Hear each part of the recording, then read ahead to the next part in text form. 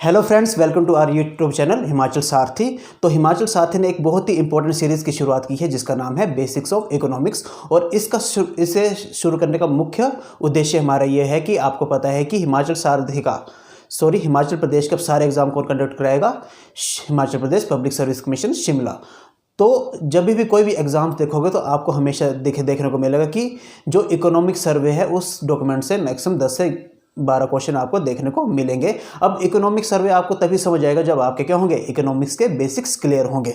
तो हिमाचल सारथी ने एक बहुत ही इंपॉर्टेंट सीरीज की शुरुआत की है जिसका नाम है बेसिक्स ऑफ इकोनॉमिक्स, जिसमें आपको क्या क्लियर कराए जाएंगे जो इकोनॉमिक्स के बेसिक्स कंसेप्ट हैं। फिर अगर इन लेक्चर को लगाने के बाद जैसे आप इकोनॉमिक सर्वे तक पहुंचोगे आपको सारे कंसेप्ट क्लियर हो चुके होंगे। तो लगभग हमने बेसिक्स ऑफ इकोनॉमिक्स के 3 लेक्चर कवर कर लिए हैं। तो सबसे पहले लेक्चर में हमने जाना था कि आपकी देश की राष्ट्रीय आय या नेशनल इनकम होती क्या है।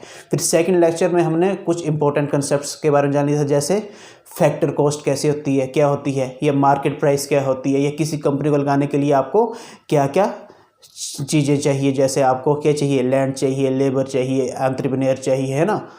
उसके बाद हम आगे थे आपका कि जीडीपी या सकल घरेलू उत्पाद होता क्या है। तो हमने इतना सा जान लिया था कि पिछले लेक्चर में कि सकल घरेलू उत्पाद क्या होता है आपका।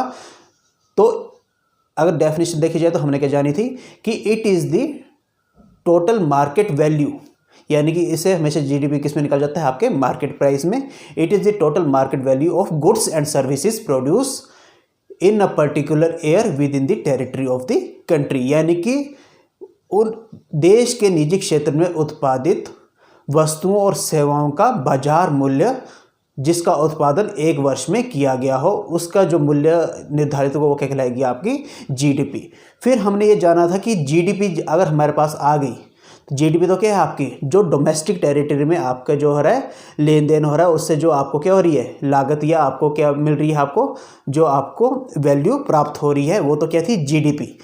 पर फिर हमने जाना कि जीडीपी से हम क्या निकाल सकते हैं, डायरेक्ट आपका राष्ट्रीय आय। और राष्ट्रीय आय कैसे निकालते थे, वो था आपका net national product at factor cost. और जीडीपी हमेशा किस में निकलती थी आपकी मार्केट प्राइस में।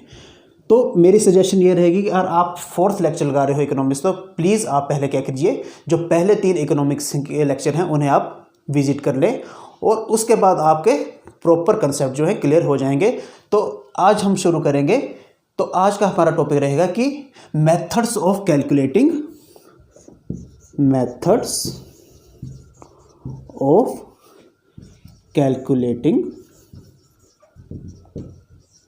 National income. तो आज का हमारा टॉपिक है कि राष्ट्रीय आय की गणना करने के तरीके या साधन। तो आज का ये टॉपिक रहेगा हमारा। तो हमने पिछले लेक्चर में या कल के लेक्चर में हमने ये जान लिया था कि अगर हमारे पास जीडीपी आ जाए तो हम उससे क्या निकाल सकते हैं, नॉर्मली हम क्या राष्ट्रीय आय निकाल सकते हैं, यानी कि शुद्ध राष्ट्रीय उत्पाद, और इसे बोलते हैं हम सकल घरेलू उत्पाद। अगर जीडीपी हमारे पास पता लग जाए तो हम क्या निकाल सकते हैं, राष्ट्रीय आय भी निकाल सकते हैं। तो सबसे पहले हमें यह जानना पड़ेगा कि जीडीपी निकालने के तरीके क्या क्या है। तो हम मुख्यतः जीडीपी कैसे निकाल जाती है, 3 तरीकों से निकाली जाती है। एक होगी आपकी एक्सपेंडिचर मेथड, एक पढ़ेंगे हम कौन सा, ग्रॉस वैल्यू एडेड मेथड, एक पढ़ेंगे हम आपका कौन सा, इनकम मेथड, यानी कि एक व्यय विधि पढ़ेंगे, दूसरा हम मूल्य वर्धन विधि पढ़ेंगे, तीसरा हम आय विधि पढ़ेंगे। उन विधियों से कैसे हम जीडीपी कैलकुलेट करते हैं। फिर जीडीपी जब हमारे पास आ जाती है तो फिर उसके बाद हम कैसे राष्ट्रीय आय को कैलकुलेट करते हैं। तो इसके बारे में आज क्या हम डिटेल में चर्चा करेंगे। और साथ में हम जैसे आप इकोनॉमिक सर्वे के पहले चैप्टर पढ़ोगे तो आप हमेशा 2 चीज़ें आएंगी आपको कि देखने को मिलेंगी। एक तो मिलेगा आपको जीडीपी एट कांस्टेंट प्राइसेस और एक मिलेगा आपको जीवीए, एक आपको देखने की टर्मिनोलॉजी मिलेगी आपकी जीडीपी एट करंट प्राइसेस। तो ये चीज़ें क्या हैं, इनको भी आज हम क्या डिटेल में चर्चा करेंगे। तो आइए सबसे पहले हम शुरुआत करते हैं कि जीडीपी जीडीपी कैसे कैलकुलेट की जाती है? 3 मेथड्स के द्वारा। एक तो आपका कौन सा है? एक्सपेंडिचर मेथड, दूसरा आपका ग्रॉस वैल्यू एडेड मेथड और तीसरा आपका आय विधि या इनकम मेथड। फिर अगर जीडीपी आ गई तो फिर नॉर्मली आपका निकल जाएगा राष्ट्रीय आय भी आपकी सरलता से निकल जाएगी। तो चलिए अब एग्जांपल लेके चलते हैं कि मान लीजिए मैं आपके घर आया और मैंने आपको एक ऑफर दिया, ठीक है, कि एक स्कीम चल रही है और स्कीम उनके लिए है जिनकी व्यक्ति की आय जो है, सालाना आय जो है इससे कम है। तो आप क्या करिए, मुझे अपनी फैमिली की आय बता दीजिए सालाना, अगर उससे कम हुई तो हम क्या आपको वो स्कीम का ऑफर दे देंगे। तो ठीक है, आपने बता दिया, ठीक है, मैं तो कमाता नहीं, मैं तो क्या कर रहा हूँ या कर रही हूँ अभी क्या, मैं एग्ज़ाम्स की प्रिपरेशन कर रही हूँ। तो मेरे सिर्फ फादर कमाते हैं, महीना 30,000 रुपये कमाते हैं, तो उसका सालाना कितना हो गया, 12×3 = 36, यानी कि 3,60,000 रुपये उसका क्या हो गया, सालाना आय होगी।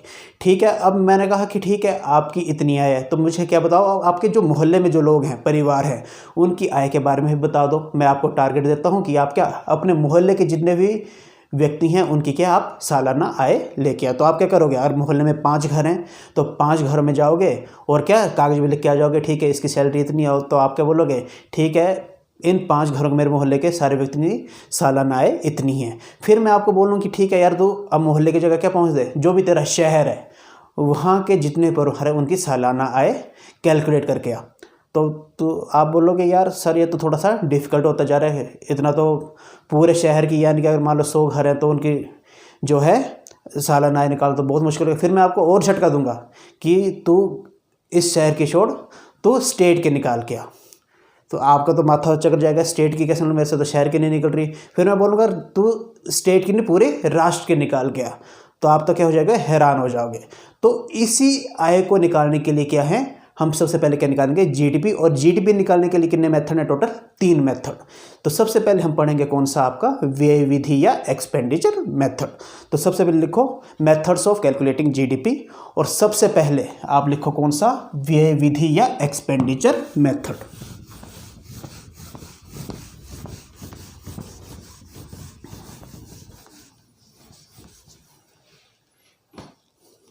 सबसे पहले आ रही है कौन सी विधि है आपकी, एक्सपेंडिचर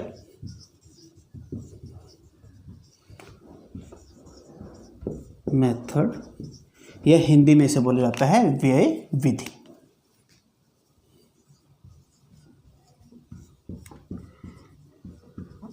अब इसको निकालने का एक फार्मूला है, वो हमेशा याद रखना है, उसे बोलते हैं चिक्स जंप, यानी कि C + I + G + X - M। ये आपने फार्मूला याद रखना है। अब इस फार्मूले को समझते हैं कि इस फार्मूले में है क्या। अब सबसे पहले C को समझते हैं कि C आपका है क्या। तो C से बन गया आपका कंजप्शन,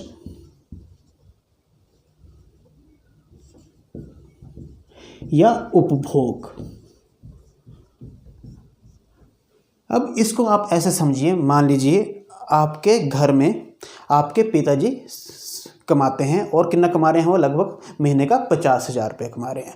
और वो 50,000 रुपये कमा रहे हैं, तो उस 50,000 में से वो क्या करते हैं, 25,000 किस लिए खर्च कर देते हैं, जो भी क्या डायरेक्ट वो क्या कर रहे हैं, अपने उपभोग के लिए या अपने कंज्यूम करने के लिए कर रहे हैं खर्चा। जैसे कि मान लीजिए वो क्या लाते हैं, राशन भी लाएंगे महीने के लिए, क्योंकि रोटी तो खानी है ना। उसके बाद वो क्या लेके आएंगे, कोई गैस का खर्चा आएगा, कोई आपकी पढ़ाई का खर्चा आएगा, कोई आपको एक्स्ट्रा चीज़ें, आपको क्या डायरेक्ट आप क्या मार्केट से खरीदते हो और आप उसको क्या करते हो, डायरेक्ट कंज्यूम कर लेते हो। अब उस कस्टमर जो है, जो मार्केट से ले रहा है और उस वस्तु को सीधे उपभोग कर ले रहा है, उसके बदले उसने जो पैसा खर्च किया है, तो वो किस में कैलकुलेट हो जाएगा, आपका सी में। तो यानी कंजप्शन में क्या आपका कैलकुलेट होगा, जो कस्टमर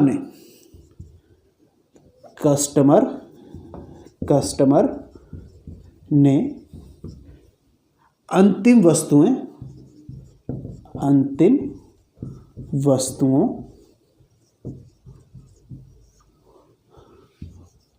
को खरीदने के लिए जो पैसा व्यय किया है।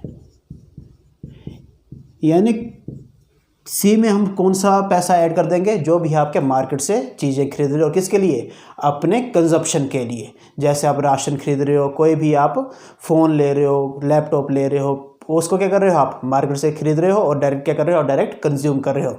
और उसका जो पैसा खर्च किया जाए, कहाँ पहुँच रहे हो आप जो उस पैसे को खर्च कर रहे हो, किस में जुड़ जाएगा, आपका सी में या कंजप्शन में जुड़ जाएगा। यहाँ तक क्लियर हो गया। अब सेकंड है आपका आई। आई को इंग्लिश में बोलते हैं इन्वेस्टमेंट या निवेश। अब फिर से उसी कंसेप्ट में आते हैं। मान लीजिए आपके फादर की 50,000 सैलरी थी, उसमें से 25,000 आपके फादर ने तो क्या कहाँ खर्च दिया, डायरेक्ट कंजप्शन है, जो भी आपकी क्या होती हैं, डेली नीड्स की चीज़ें होती हैं, उस पर उन्होंने महीने का 25,000 रुपया खर्च कर दिया। अब उनके पास कितना पैसा बचा, 50,000 में और कितना बचा, 25,000 रुपया और उनके पास बच गया। अब इस 25,000 को उन्होंने क्या किया, धीरे धीरे 4-5 महीने में उन्होंने क्या किया, इसकी सेविंग कर ली, और सेविंग करके 4 महीने बाद कितना बन गया, ये लगभग 1 लाख रुपया। 1 लाख रुपया उनके पास क्या हो गया, जमा हो गया।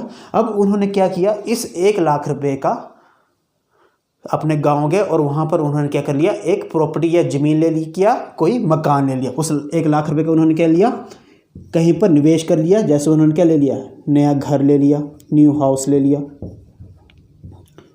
या उस 1 लाख रुपये को उन्होंने क्या, कहीं पर लैंड देख लिया, ज़मीन ले ली। तो उन्होंने क्या किया, इस 1 लाख रुपये को उन्होंने कहीं ना कहीं किसी न किसी पूंजी पर निवेश कर दिया। तो जो भी पैसा कि यहाँ पर किसी निवेश में खर्च किया जा रहा है, तो वो कहाँ पर ऐड हो जाएगा, आपका आई में। यहाँ पर कौन सा, सी में कौन सा ऐड होगा, जो उपभोक्ता अपने कंजप्शन के लिए जो पैसा खर्च कर रहा है, वो कहाँ पर ऐड हो जाएगा, आपका सी में। आई में क्या होगा, जो भी व्यक्ति निवेश के लिए जो पैसा खर्च कर रहा है, वो कहाँ जुड़ जाएगा, आपका आई में। यहाँ तक क्लियर हो गया। अब थर्ड आया है आपका जी। जी मीन्स आपका गवर्नमेंट ट्रांजैक्शंस या गवर्नमेंट सिक्योरिटीज।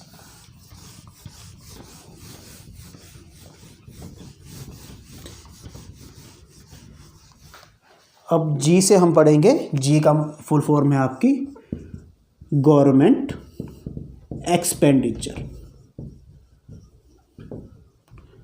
या सरकार व्यय। तो सरकारी व्यय में अब सरकार जो है, सरकार भी कहीं ना कहीं खर्चा करती है। जैसे मान लीजिए आपका कोई गांव है, अब गांव में आपने देखा होगा, कभी देखा आपने अपने गांव में कोई बड़ा डीएवी स्कूल खुल जाए, या आपका कोई भी हाई फाई स्कूल है वो आपके गांव में खुल जाए। आपके गांव में कौन से स्कूल होंगे, केवल सरकारी स्कूल होंगे। आपके गांव में कभी फोर्टिस हॉस्पिटल या मैक्स हॉस्पिटल देखा है, नहीं देखा ना। आपके गांव में हमेशा क्या खुली होगी, गवर्नमेंट डिस्पेंसरी होगी। यानी कि सरकार क्या करती है, लोगों के कल्याण के लिए क्या करती है, व्यय करती है या खर्चा करती है। या और गांव में सड़क पहुंचे तो कौन बना रही है, सरकार बना रही है। अब सरकार जो खर्चा करती है किसके लिए, लोगों के कल्याण के लिए, और जो पैसा मार्केट में उतार रही है किसके लिए, लोगों के कल्याण के लिए। और मान लो सड़क बना रही है, तो सड़क का ठेका किसी न किसी ठेकेदार को मिलेगा, और उस ठेकेदार को क्या जा रहा है, पैसा जा रहा है। तो जो सरकार जो है लोगों के कल्याण के लिए जो पैसा व्यय कर रही है, वो कहाँ पे ऐड हो जाएगा, आपका गवर्नमेंट एक्सपेंडिचर या सरकारी व्यय में। तो इसमें आप सिंपल ये लिख सकते हो कि सरकार लोगों की आवश्यकता पूरा करने के लिए जो पैसा खर्च करती है, उस सारे का पैसा कहाँ ऐड हो जाएगा, आपका सरकारी व्यय में या गवर्नमेंट एक्सपेंडिचर में। सी में क्या ऐड होगा, जो कस्टमर जो है अपने उपभोग के लिए जो वस्तुएं खरीद रहा है और जो मार्केट में पैसा दे रहा है, वो सारा कहाँ पे कैलकुलेट होगा, सी में। इन आई में क्या होगा, जो व्यक्ति जो है निवेश कर रहा है, कोई लैंड खरीद रहा है, कोई प्रॉपर्टी खरीद रहा है, उसके बदले वो क्या दे रहा है, जो पैसा दे रहा है, वो कहाँ कैलकुलेट हो जाएगा, आपका आई में। जी में क्या कैलकुलेट होगा, जो भी सरकारी पैसा खर्च कर रही है किसके लिए, स्कूल बनाने के लिए, कॉलेज बनाने के लिए, वो सारा पैसा कहाँ ऐड हो जाएगा, आपका गवर्नमेंट एक्सपेंडिचर में। अब आइए, अब एक्स माइनस एम क्या है। तो एक्स से बन जाएगा आपका एक्सपोर्ट या निर्यात,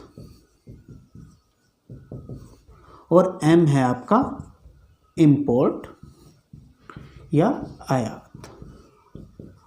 अब ऐसा समझिए कि मान लीजिए इंडिया सबसे ज़्यादा किस चीज़ का आयात करता है? तेल का, कच्चे तेल का आयात करता है ना। अब मान लीजिए कच्चा तेल इंडिया कहाँ से मंगा रहा है? सऊदी अरब से मंगा रहा है या ईरान से मंगा रहा है। अब ईरान से तेल आ रहा है तो इंडिया से क्या जा रहा है? इंडिया तेल के बदले क्या खर्च कर रहा है? पैसा। अब पैसा कहाँ जा रहा है? इंडिया से बाहर कहाँ जा रहा है? जिस कंट्री से हमने तेल लिया है।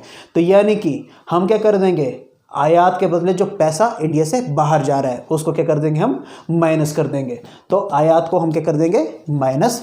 यानी कि जो भी चीज़ भारत में आ रही है, जो भी चीज़ भारत में आ रही है या भारत उसे खरीद रहा है तो उसके बदले क्या दे रहा है? पैसा। यानी कि भारत में कच्चा तेल तो आ रहा है पर उसके बदले क्या जा रहा है? भारत से बाहर पैसा दूसरी कंट्री में जा रहा है। तो हमें क्या करना पड़ेगा? आयात से जो पैसा बाहर जा रहा है उससे क्या करना पड़ेगा? माइनस करना पड़ेगा। और अगर हम कोई इसी चीज़ को निर्यात कर रहे हैं, मान लीजिए इंडिया जो है कोई कॉटन के कपड़ा बना रहा है या कोई भी सेवा दे रहा है, तो सेवा अगर मान लो अमेरिका को कोई सेवा दे रहा है तो उसके बदले अमेरिकन इंडिया को क्या भेज रहा है? पैसा दे रहा है। यानी कि निर्यात करने पर इंडिया के पास क्या आ रहा है? दूसरे देश से पैसा आ रहा है, और आयात करने पर इंडिया से क्या जा रहा है? दूसरे देश के पास पैसा जा रहा है। तो हम क्या करेंगे? निर्यात से जो पैसा आ रहा है उसको क्या कर देंगे? ऐड कर देंगे एक्स में, और जो आयात के द्वारा जो पैसा दूसरी कंट्री में जा रहा है तो उसे क्या कर देंगे? हम माइनस कर देंगे। तो इन सारे को अगर इकट्ठे जोड़ दिया जाए तो वो क्या निकल जाएगा? आपका जीडीपी। जीडीपी कैसे? आपकी व्यय विधि के द्वारा। तो आइए एक बार फिर से समझ लेते हैं। तो सी से हम क्या समझेंगे? कंजप्शन, यानी कस्टमर जो है अपनी अंतिम वस्तु की खरीद के लिए जो पैसा खर्च कर रहा है तो वो कहाँ पे जुड़ जाएगा? आपका सी में। आई में निवेश में, यानी कि कोई भी सरकारी या निजी व्यक्ति किसी कैपिटल या पूंजी वस्तु के लिए खरीदने के लिए जो निवेश कर रहा है और उसके बदले जो पैसा खर्च कर रहा है, जैसे मान लीजिए कोई प्रॉपर्टी ले रहा है, कोई मकान ले रहा है, उसके लिए जो पैसा व्यय कर रहा है तो वो कहाँ जुड़ जाएगा? आपका आई में। जी में जो भी सरकार क्या कर रही है? लोगों की भलाई के लिए जो भी पैसा खर्च कर रही है उस पैसे को कहाँ जोड़ देंगे? हम गवर्नमेंट एक्सपेंडिचर में। और एक्स में क्या जोड़ देंगे? हम जो हिंदुस्तान ने जो है निर्यात किया है उसके बदले जो पैसा आ रहा है उसे कहाँ जोड़ देंगे? हम एक्स में। और एम में क्या जोड़ेंगे? जो हिंदुस्तान ने आयात किया है और उसके बदले जो पैसा जो है दूसरे देश में जा रहा है उसे हम क्या कर देंगे? इससे माइनस कर देंगे। तो ये सारा आपका क्या निकल जाएगा? आपका जीडीपी थ्रू एक्सपेंडिचर मेथड या व्यय विधि। यहां तक क्लियर हो गया। अब दूसरा मेथड आ रहा है आपका मूल्यवर्धन विधि या ग्रोस वैल्यू एडेड मेथड। अब अगला मेथड आ रहा है, दूसरा मेथड है आपका, ये भी किसका है? जीडीपी ही कैलकुलेट करने का मेथड है। तो ये मेथड है आपका, इसे बोलते हैं हम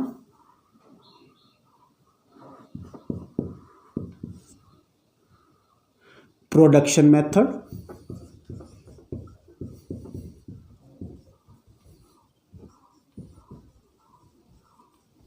या इसे एक और नाम हो जाता है gross value added method. Gross value added method या जीवीए।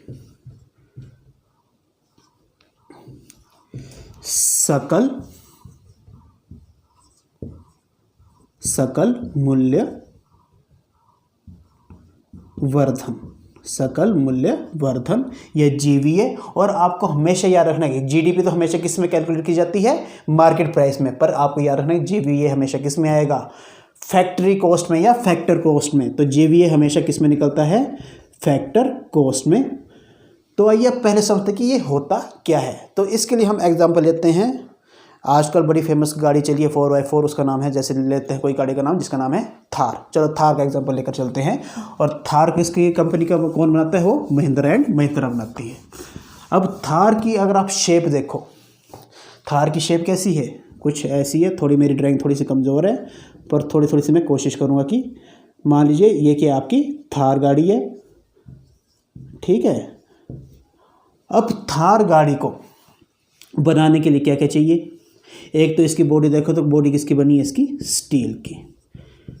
अब सबसे पहले हम लेके चलते हैं, मान के चलते हैं कि महिंद्रा साहब जो हैं उन्हें गाठार बनाने के लिए सबसे पहले क्या चाहिए, लोहा चाहिए। अब लोहा उन्होंने क्या किया, कहीं पर उनके क्या है अपनी खदान, उनके बुजुर्गों की खदान है और उन्हें लोहा निकालने के लिए ऐसा मान के चल रहा हूँ मैं, उन्हें कोई खर्चा नहीं आ रहा। तो सबसे पहले उन्होंने क्या निकाला, आयरन निकाला, कैसे, माइनिंग करके, और उनके कितना खर्चा आया, 0 रुपये का खर्चा आ गया। अब लोहे से उन्होंने क्या बनाना है, स्टील। अब लोहा से जब उन्होंने स्टील बनाया तो उन्हें लगभग कितने पैसे खर्च हो गए उनके, 1 लाख रुपया। 1 लाख रुपया उसका लोहे से स्टील को कन्वर्ट करने के लिए उनका पैसा खर्च हो गया।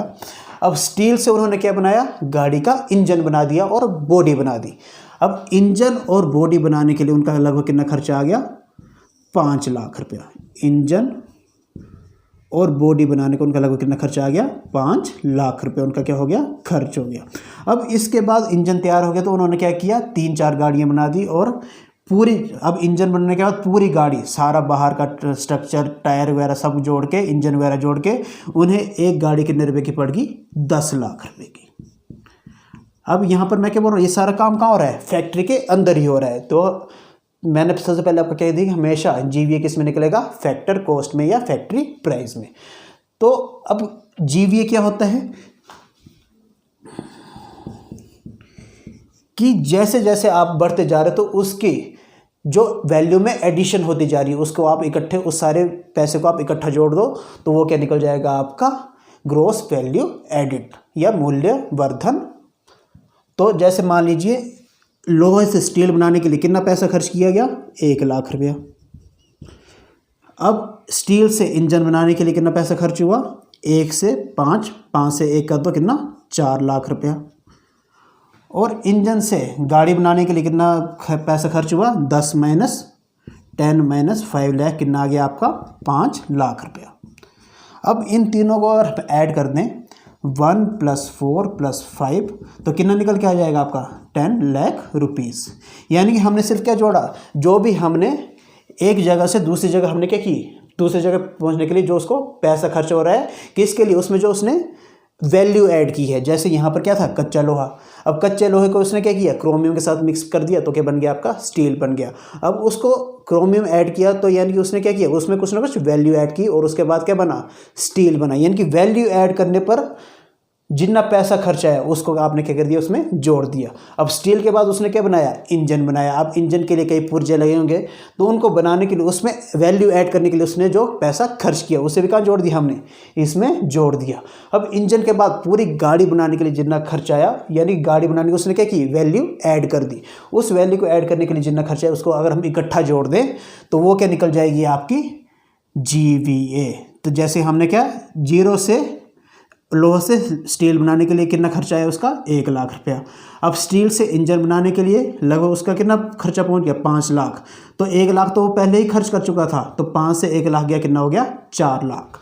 अब इंजन से गाड़ी बनाने के लिए तो उसका कितना खर्चा आया, 5 से 10 लाख रुपए, यानी कि 10 से 5 लाख माइनस कर दो, कितना, 5 लाख। फिर इन सबको आप जोड़ दो तो पूरा गाड़ी का खर्चा कहाँ पे पड़ा, फैक्ट्री में, लगभग 10 लाख रुपया।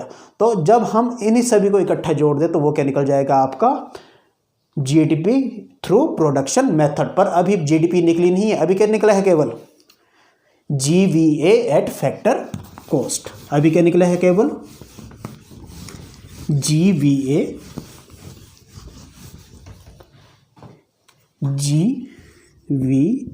एट फैक्टर कॉस्ट निकला है। अभी GDP नहीं निकली। अब मैंने पिछले लेक्चर में कहा था कि अगर किसी चीज़ को फैक्टर कॉस्ट से मार्केट प्राइस में कन्वर्ट करना हो तो आपको क्या फार्मूला बताया था मैंने, अगर किसी भी फैक्ट्री कॉस्ट को किस में कन्वर्ट करना है, आपका मार्केट प्राइस में, तो क्या हो जाएगा, फैक्ट्री कॉस्ट जमा, हम क्या करेंगे, जो मार्केट में जैसे वस्तु उतर रही है तो सरकार क्या लगाएगी, उस पर कोई ना कोई अप्रत्यक्ष कर लगा देगी या इनडायरेक्ट टैक्स लगा देगी, और माइनस हम क्या कर देंगे, सब्सिडी। तो ये हमने पिछले लेक्चर में गाइस डिस्कस कर लिया है। तो मैं फिर से आपको रिपीट कर रहा हूँ कि आपको ये लेक्चर तब तक समझ नहीं आएगा जब तक आप क्या पिछले लेक्चर नहीं देख लोगे। तो अब GVA को हमने किस में कन्वर्ट करना है, GDP एट मार्केट प्राइस। तो हम क्या आएगा, सिंपल फार्मूला आपका GDP एट मार्केट प्राइस क्या हो जाएगा, आपका gross value added eight factor cost, और इससे हम क्या एडिशन कर देंगे, इनडायरेक्ट टैक्स या अप्रत्यक्ष कर और माइनस क्या कर देंगे हम, सब्सिडी। तो ये क्या निकल जाएगा आपका जीडीपी एट मार्केट प्राइस। और ये हमने जीवीए किसके थ्रू निकाला, हमने प्रोडक्शन मेथड के थ्रू निकाल लिया और इसके थ्रू हमने क्या निकाल दी, जीडीपी एट मार्केट प्राइस। यहाँ तक क्लियर हो गया। अब तीसरा मेथड है आपका इनकम मेथड या आय विधि। तीसरा मेथड लिखिए आप, इनकम मेथड या आय विधि।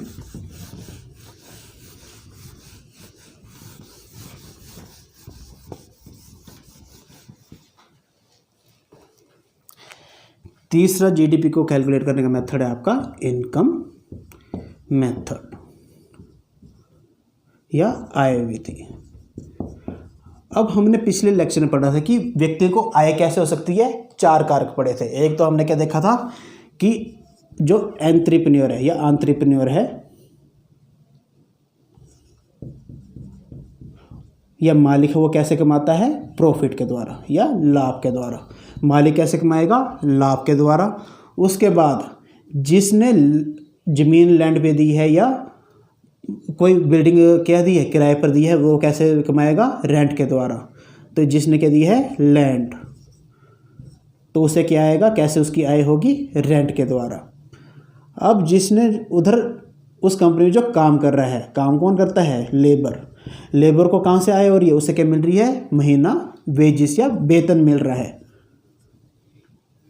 और किसी भी धंधे को चलाने के लिए किसी न किसी व्यक्ति ने उस पर इन्वेस्टमेंट की होगी या निवेश दिया होगा। जैसे बैंक ने दिया होगा तो उसे क्या जाएगा, ब्याज जाएगा।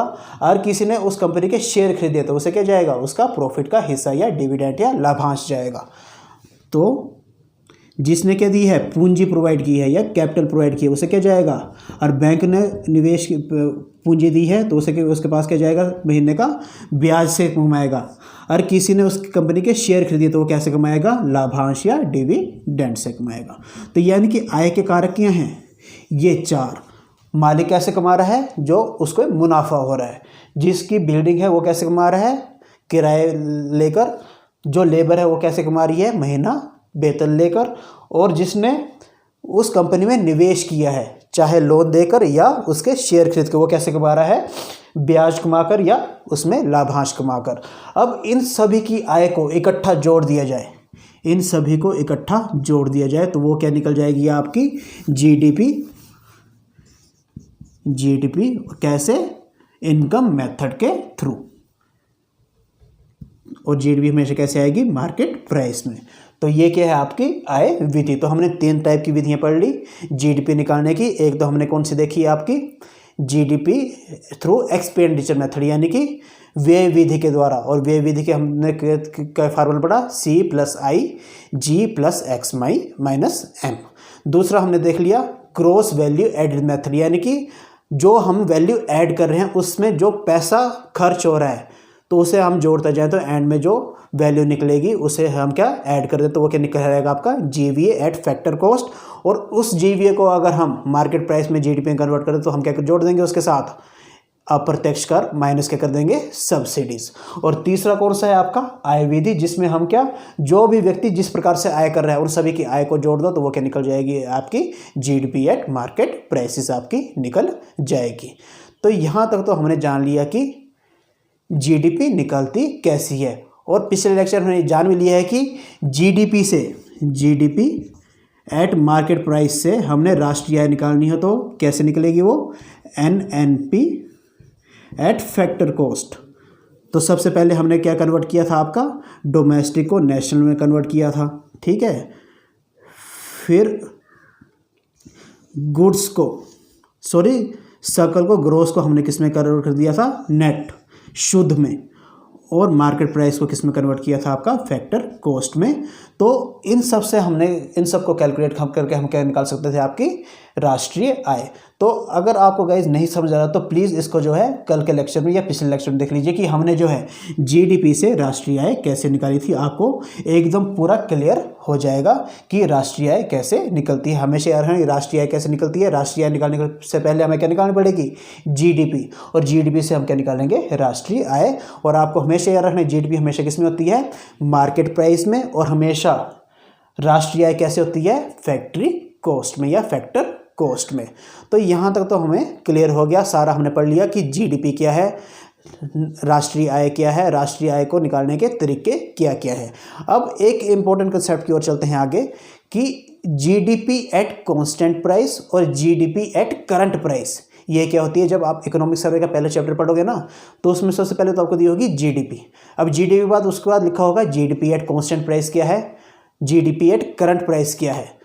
तो वो कन्फ्यूजन ना हो तो इस टर्मिनोलॉजी को हम इसी लेक्चर में क्लियर कर देते हैं। फिर आज के लेक्चर में हम पूरा क्या जीडीपी आपका फिनिश कर देंगे। और जैसे मान लीजिए अगर मान लीजिए आज बजट आ रहा है तो मान लीजिए कल या परसों आपका इकोनॉमिक सर्वे का डॉक्यूमेंट आ जाएगा, तो आप पहला चैप्टर देखोगे, इन 3 या 4 लेक्चर के बाद आप पहला चैप्टर देखोगे तो आपको सारी टर्मिनोलॉजी जो है एकदम बेसिक से क्लियर हो जाएगी कि यार ये टर्मिनोलॉजी है क्या।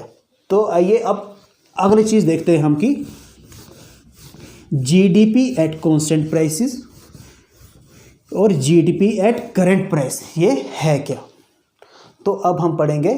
अब जीडीपी भी आपको क्या ना 2 तरीके से मिलेगी।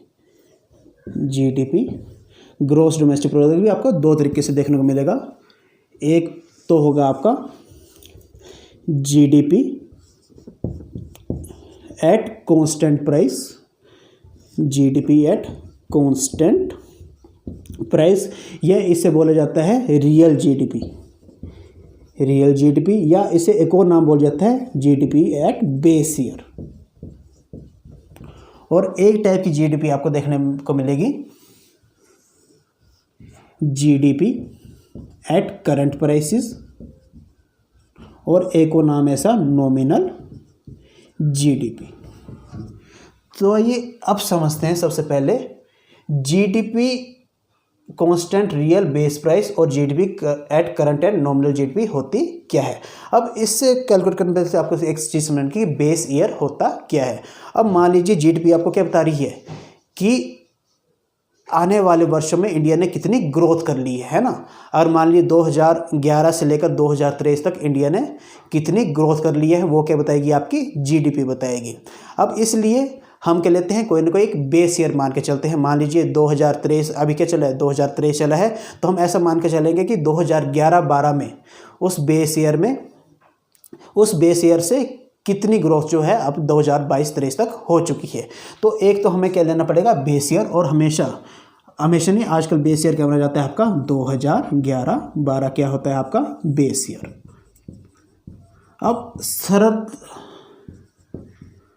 अब आपको ज़्यादा कन्फ्यूजन ना हो तो हम क्या मान सकते हैं, केवल 2011-12 में इंडिया ने केवल 2 ही वस्तुओं का उत्पादन किया, ठीक है। ताकि आपको उत्पादन तो ढेर सारी वस्तुओं का कर रहे हैं, पर हम क्या मान के चलते हैं 2011-12 में इंडिया ने केवल 2 ही वस्तुओं का उत्पादन किया। तो ऐसा मान लीजिए कि इंडिया ने 2 ही वस्तुओं का उत्पादन किया कब, 2011-12 में। मैं लिख रहा हूँ 2011-12, और इसके हम क्या मान चल रहे हैं, ये क्या आपका बेस ईयर। 2011-12 में इंडिया ने केवल 2 ही वस्तुएं बनाई। जी से आएगा आपका गुड्स या वस्तुएं। अब यहाँ पे लिखूंगा मैं क्यू से क्वांटिटी यानी कि मात्रा, और यहाँ पर कितनी प्राइस कब 2011-12 में कितने।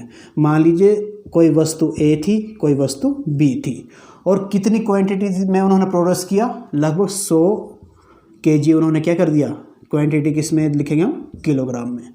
100 किलो का उन्होंने क्या उत्पादन किया, किस वस्तु का, ए वस्तु का, और बी वस्तु का उन्होंने उत्पादन कर दिया लगभग 200 किलोग्राम। अब 1 किलोग्राम, मैं क्या बोल रहा हूँ, प्राइस जो है 1 किलोग्राम ए वस्तु का कितना था उसमें 20 रुपये, और बी वस्तु का कितना किलोग्राम था उसका रेट आपका मान के चल रहे थे 40 रुपये, ठीक है। अब अगर आप सिंपल मैथ लगाएं तो 1 किलो की कीमत कितनी है 20 रुपये, तो 100 किलो की कीमत कितनी निकलेगी, तो 100 किलो की कीमत कितनी निकलेगी, तो हम क्या करेंगे 100 गुना 20, तो कितना आ गया आपका 2000 रुपया। यानी कि 100 किलो जो है मुझे कितने रुपये में मिला, 2000 रुपये में, और 1 किलो कितने रुपये में मिल रहा है मेरे को 20 रुपये में। किसकी, ए की प्राइस। बी की प्राइस क्या आ रही है आपकी, 200 गुना 40 कर दो, 40 कर दो, तो कितना आ गया आपका 8000 रुपया। अब टोटल आय कितनी हुई, तो टोटल आय कितनी होगी 8,000 और 2,000 का हम जोड़ दें तो कितना निकल गया आपका 10,000 रुपया। तो ये क्या निकल रही है आपकी जीडीपी एट करंट प्राइस कितना 2011-12 को लेकर। अब ये तो हमने निकाली कि 2011-12 में आपकी जो है 2 वस्तुओं का उत्पादन हुआ और उसके कितनी आय हुई, लगभग 10,000 रुपये उसकी आय हुई। अब आइए अब आ रहे हैं हम कौन सा 2023-24 में। आजकल ये ईयर चले ना 2023-24 या चलो 2022-23 ले लेते हैं, ठीक है। अब जैसे जैसे टाइम बीतता है तो वैसे वैसे इंडिया ने क्या किया होगा, इस क्वांटिटी में भी क्या हुई होगी, वृद्धि हुई होगी ना। जैसे मान लीजिए 1947 में भारत क्या कुछ टन गेहूं प्रोड्यूस करता था, पर आज जो है, और 1947 में भारत को क्या है गेहूं भारत देशों से आयात करने पड़ती थी, पर आजकल क्या ज़माना आ गया, भारत क्या कर रहा है मैक्सिमम देशों को निर्यात कर रहा है, यानी कि धीरे धीरे क्या हो रहा है, जो क्वांटिटी है उसमें भी क्या हो रही है, वृद्धि हो रही है। तो मान लीजिए 2022-23 में, इसमें 2 एग्जाम्पल ले रहा हूँ आपके, ठीक है। 2022-23 में फिर से हम मान के चलते हैं इंडिया ने 2 ही वस्तुओं का उत्पादन किया। ये आपकी कौन सी वस्तु हैं, ये आपकी आ गई क्वांटिटी और ये आपकी प्राइस कितना 2022-23 में। अब मान लीजिए वस्तु फिर से ए और बी। अब मान लीजिए क्वांटिटी में कितनी वृद्धि होगी, 100 से सीधे कितनी वृद्धि होगी 400 किलो में वृद्धि होगी, यानी कि पहले 100 बनाता है, यानी कि 300 kg अब क्या इंडिया और प्रोड्यूस करने लग पड़ा। और बी की वैल्यू कितनी बढ़ गई, लगभग 800 kg बढ़ा दी इंडिया ने प्रोडक्शन उसकी। अब जैसे जैसे समय बीत रहा है वैसे वैसे प्राइस भी क्या होती है आपकी बढ़ती जाए। जैसे आप एक ज़माने में देखोगे कि आज से 15 साल पहले तेल की या पेट्रोल की कीमत कितनी थी 25 रुपये, पर आजकल कितनी पहुँच गई है 96 रुपये। तो वैसे ही तो यानी कि कीमतों में भी क्या हो रही होगी, वृद्धि हो रही होगी। तो यानी कि 400 रुपये का उससे कितने रुपये का पड़ गया, अब पहले कितने रुपये पड़ रहा था 1 kg 20 रुपये का, अब कितने रुपये पड़ रहा है 1 kg 50 रुपये का। अब पहले इसको ये कितनी चीज़ कितने रुपये में पड़ रही थी 1 किलो 40 रुपये में, अब इससे कितने रुपये पड़ रही है, लगभग 100 रुपीज़ का। अब मेरे को जीडीपी निकालनी हो, जीडीपी किसकी 2022-23 की, तो कितनी निकल के आएगी 5 चौके 20, यानी कि 20,000 जमा क्या कर दूँ 8,000,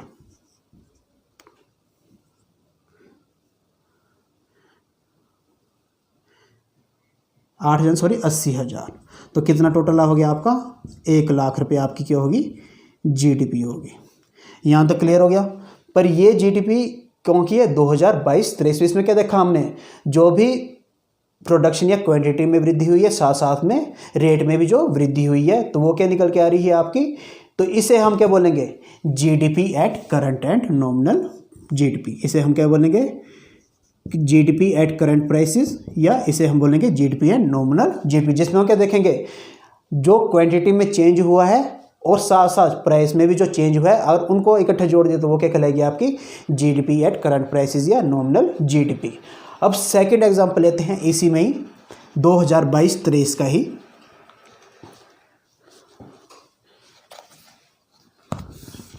अब 2022-23 में फिर से वही दो गुड्स प्रोड्यूस कर रहे हैं,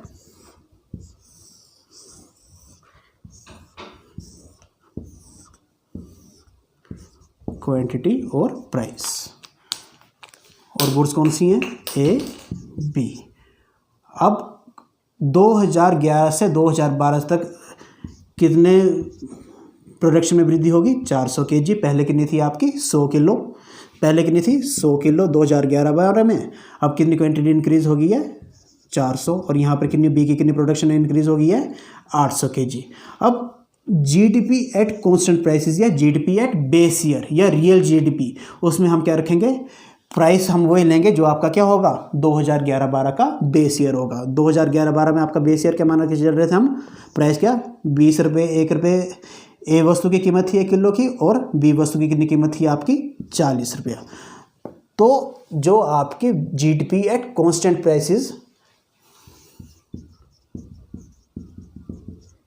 या रियल जीडीपी, तो वो क्या निकल के आएगी, इसमें हम क्या रखेंगे जो कीमत है उसको क्या रखेंगे हम कांस्टेंट रखेंगे, पर हम क्या देखेंगे कि प्रोडक्शन में कितनी वृद्धि हुई है, तो इसमें हम जो बेस ईयर की जो प्राइस है उसे ही हम इसमें शामिल कर देंगे।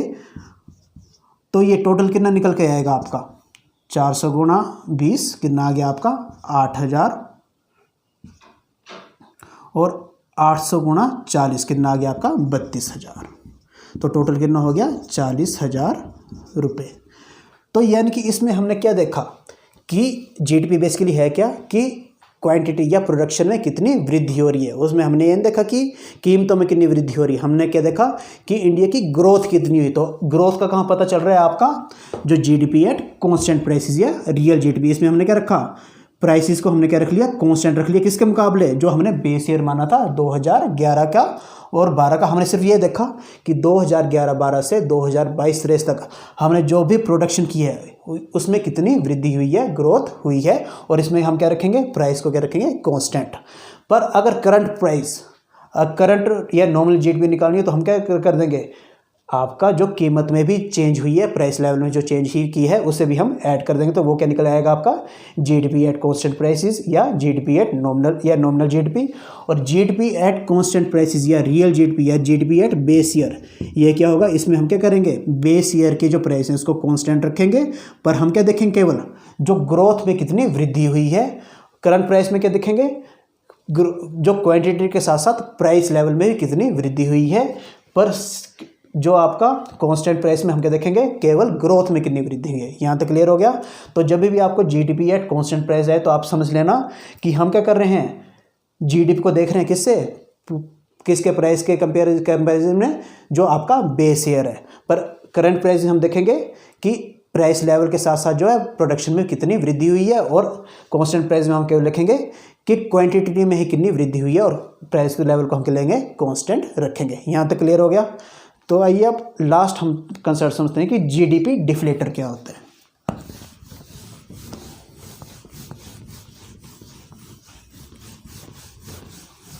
लास्ट कंसेप्ट पे आ रहे हैं हम, जीडीपी डिफ्लेटर।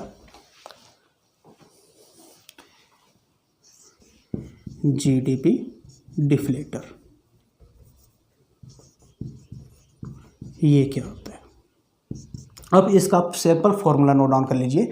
तो ये फॉर्मूला है आपका nominal GDP divide by real GDP या जीडीपी एट कांस्टेंट प्राइसेस गुणा 100। अब नॉमिनल, अब इससे निकालने का फ़ायदा क्या होता है यार, देखिए नॉमिनल जीडीपी हमने क्या देखा था कि जो क्वांटिटी में वृद्धि हो रही है उसके साथ साथ जो आपकी कीमतों में भी वृद्धि हो रही है। पर कांस्टेंट जीडीपी हमने केवल क्या देखा था कि आपकी जो क्वांटिटी में या मात्रा में जो वृद्धि हो रही है वो क्या थी, आपकी कांस्टेंट जीडीपी। तो अगर ये दोनों हम काट लिए जाएं तो जीडीपी डिफ्लेटर क्या होगा, जीडीपी डिफ्लेटर केवल ये बताएगा कि प्राइस में, कीमत में कितनी वृद्धि हुई है। तो जीडीपी डिफ्लेटर क्या बताता है कि 2011 से 2022-23 तक जो है कितनी कीमतों में वृद्धि हुई है, वो क्या कहलाएगा आपका जीडीपी डिफ्लेटर। तो इसको ये लिख सकते हो कि it is the measure of change in the measure of change in the